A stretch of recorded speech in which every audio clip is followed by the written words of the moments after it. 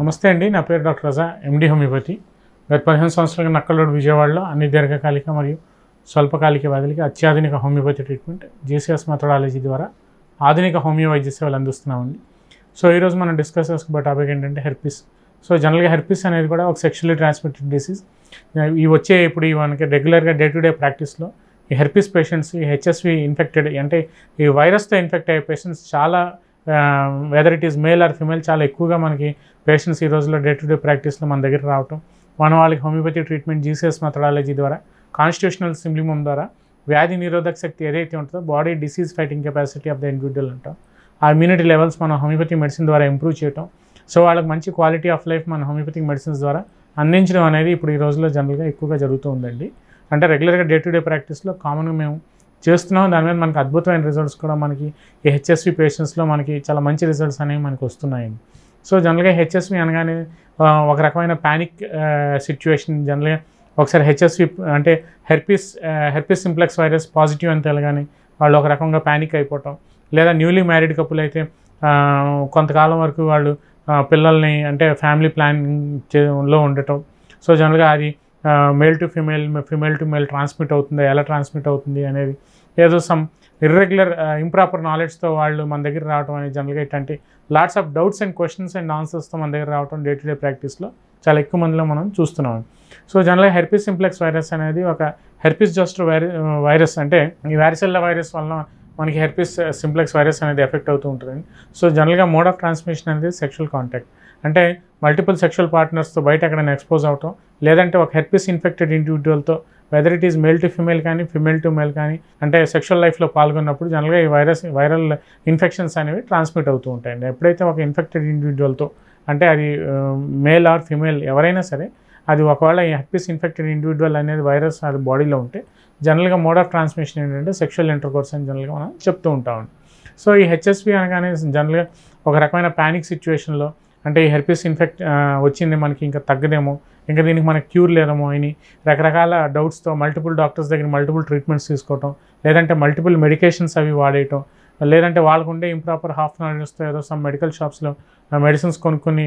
వాడటం అనేది జనరల్గా జరుగుతూ ఉంటుంది. సో ఇలా ఏదో డేస్ టైం రెండు పాస్ చేసేస్తుంటే బాడీలో ఏజ్ పెరిగే కొద్దీ బాడీ యొక్క ఇమ్యూనిటీ లెవెల్స్ అనేవి మనకి తగ్గుతూ ఉంటాయి. కాబట్టి సో ఈ హెర్పిస్ వైరస్ అనేది కొన్నాళ్ళ వరకు బాడీలో అసిమ్టమాటిక్గా ఉన్న తర్వాత ఆ లక్షణాలు అంటే సిమ్టమాటిక్గా ఆ లక్షణాలు అనేది ఆ ఇండివిజువల్లో మనకి ఆ హెర్పిస్ సంబంధిత లక్షణాలు ఏవైతే ఉంటాయో అవి జనరల్గా ఆ పేషెంట్లో కనిపిస్తూ ఉంటాయి. సో దీంట్లో మనం క్లాసిఫై చేసుకుంటే హెచ్ఎస్వి టైప్ 1 అండ్ టైప్ 2 అని చెప్తూ ఉంటాం. అంటే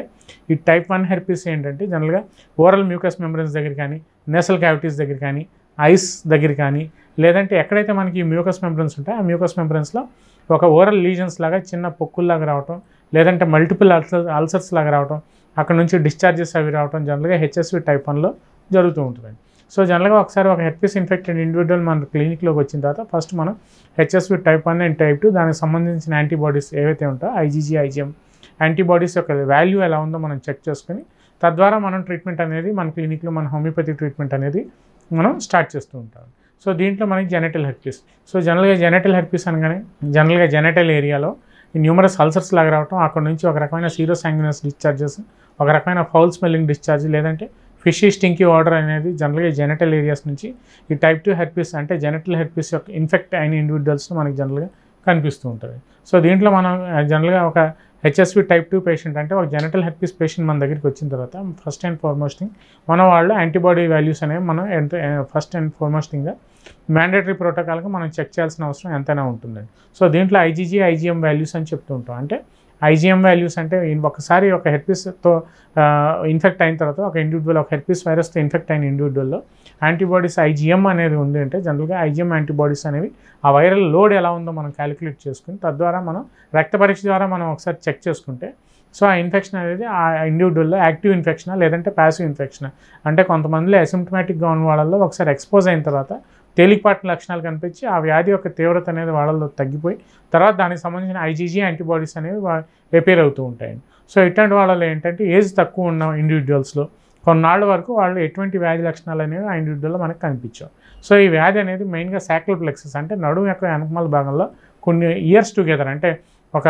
5 to 10 years కానీ వాళ్ళ బాడీ యొక్క ఇమ్యూనిటీ ప్రకారం కానీ వాళ్ళు ఎక్స్పోజ్ అయిన వైరల్ లోడ్ బట్టి కానీ లేదంటే వాళ్ళకి ఉండే కోమార్బిడిటీస్ బట్టి కానీ ఆ వైరస్ అనేది ఆ బాడీ ఆ సాక్రల్ ప్లెక్సస్ ఏరియాలో ఉండిపోతూ ఉంటుంది. సో అక్కడ నుంచి గ్రాడ్యువల్గా ఈ నరాల మీద అంటే ఏజ్ పెరిగే కొద్దీ బాడీ యొక్క ఇమ్యూనిటీ తగ్గే కొద్దీ ఇందాక నేను చెప్పిన వాళ్ళకు ఉండే కోమార్బిడిటీస్ బట్టి ఆ వ్యాధి అనేది నరాల ద్వారా ఈ బాడీలోకి పాకటం అంటే ట్రాన్స్ఫర్ అవటం అనేది జనరల్గా జరుగుతూ ఉంటుంది. సో ఒకసారి ఈ నరాల మీద ఈ వైరస్ అనేది దాడి చేసిన తర్వాత అక్కడ షింగిల్స్ అంటే చిన్న చిన్న నీటి పొక్కుల్లాగా రావటం, లేదంటే నడుము భాగాన్ని కానీ, లేదంటే గజ్జల్లో కానీ, లేదంటే జెనటల్ ముందు భాగాల్లో కానీ, అంటే జెనటల్ ఏరియాలో కానీ, లేదంటే ఇందాక నేను చెప్పినట్టు మ్యూకస్ మెంబ్రెన్స్లో కానీ మల్టిపుల్ స్మాల్ బ్లిస్టర్స్ అంటే ఓరల్ బ్లిస్టర్స్ లేదంటే అల్సర్స్ లాగా రావటం, దాన్ని మనం షింగిల్స్ అంటూ ఉంటాం. సో అలా డిసీజ్ అనేది ట్రాన్స్మిట్ అయ్యి విపరీతమైన బాధ నిప్పుతో మన దగ్గర పేషెంట్స్ అనేవి ఆ స్టేజ్లో మన దగ్గరికి వస్తూ ఉంటారు. సో అక్కడ మనం దాని యొక్క ఇంటెన్సిటీ అనేది మన హోమియోపతిక్ మెడిసిన్ ద్వారా ఎంతవరకు మనం తగ్గించగలం, ఎంతవరకు మనం ట్రీట్మెంట్ ఇవ్వగలం అనేది ముందు ఒకసారి వైరల్ ఆ యొక్క లోడ్ అంటే యాంటీబాడీ వాల్యూస్ మనం అసెస్మెంట్ చేసిన తర్వాత ఇంక ఇతర ఎస్టీడీస్ ఏమైనా ఉన్నాయా వీలైతే ఒకసారి టార్చ్ ప్రొఫైల్ కూడా మనం ఒకసారి అంతా ఎవాల్యుయేట్ చేసిన తర్వాత మన హోమియోపతి ట్రీట్మెంట్ అంటే బాడీ యొక్క కాన్స్టిట్యూషనల్ వైజ్ జీసీఎస్ మెథడాలజీ ద్వారా బాడీ యొక్క ఇమ్యూనిటీ లెవెల్స్ పెంచడానికి మనం ట్రీట్మెంట్ ఇచ్చుకుంటుంటే గ్రాడ్యువల్గా ఒకసారి వ్యాధి నిరోధక శక్తి అనేది పేషెంట్లో డెవలప్ అవుతుంటే ఆటోమేటిక్గా ఆ యొక్క వైరస్ యొక్క లోడ్ని మనం అంటే ఆ వ్యాధి నుంచి మనం ఆ వైరస్ యొక్క లోడ్ నుంచి కానీ లేదంటే ఆ పేషెంట్ బాధపడే అంటే ఆ పేషెంట్ చెప్పే సైన్స్ అండ్ సిమ్టమ్స్ కానీ వాళ్ళకు ఉండే సఫరింగ్స్ని మనం గ్రాడ్యువల్గా ఆ యొక్క ఇంటెన్సిటీని హోమియోపతి ట్రీట్మెంట్ ద్వారా 5 to 6 monthsలో అది ఇనిషియల్ స్టేజెస్లో ఉంటే చాలా వరకు మనం క్యూర్ చేసుకోవచ్చు అని ఈ వీడియో ద్వారా మన వ్యూవర్స్కి నేను చెప్పదలుచుకున్నానండి. నియోజెనెటిక్ హోమియోపతి క్లినిక్ యూట్యూబ్ ఛానల్లో అప్లోడ్ చేస్తున్న వీడియోలన్నీ సమాచార నిమిత్తం మరియు దీర్ఘకాలిక స్వల్పకాలిక సమస్యలు అన్ని వయస్సుల వారు తెలుసుకొనుటకు మరియు వాటి నివారణకు చర్యలు జాగ్రత్తల నిమిత్తం ఉపయోగపడును. మా వీడియోలు నచ్చినట్లయితే లైక్ చేయండి, మా ఛానల్ను సబ్స్క్రైబ్ చేయండి.